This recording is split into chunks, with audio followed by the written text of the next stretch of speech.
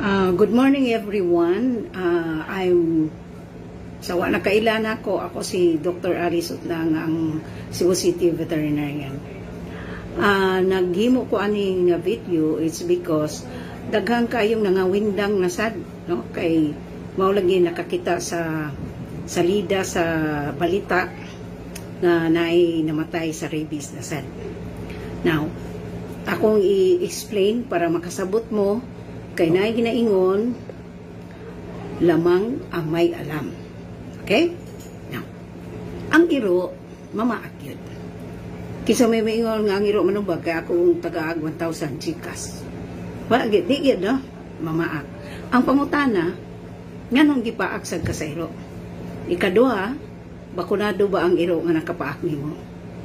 Ikatulo, maobserbahan ba ang iro? Meaning makita nimo kada adlaw. 5 to 7 days, maximum of 14 days. Naabay tagiya sa iro. Pero kung ang iro nga nakapaak ninyo, di nakakailaw, wa kakabalog kinsa to. Di na nimo makita, di na maobserbahan.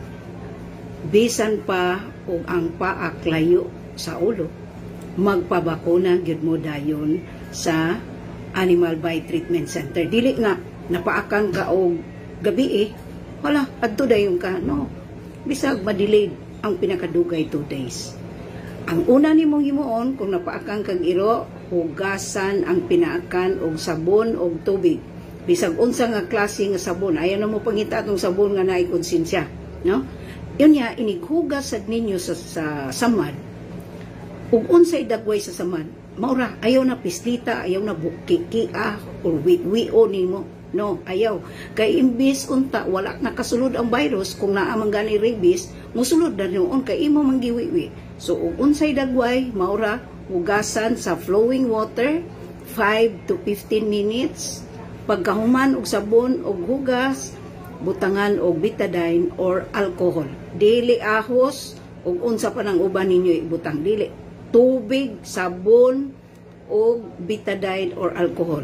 Nganong sabon kay kaso sabon kay ang rabies virus is sensitive to sabon. So let's say dunay 3 ka particles sa rabies virus nga naa sa samad sa gipaakan nga area, at least mamatay ang duha siguro. Unya nganong tubig kay aron ang laway nga naa dito ang virus mawas out. Okay? Now, human sa paak, pangutan-on dayon tong iro, no? Naabay tag-iya? Dayon bakunado ba? O maobserba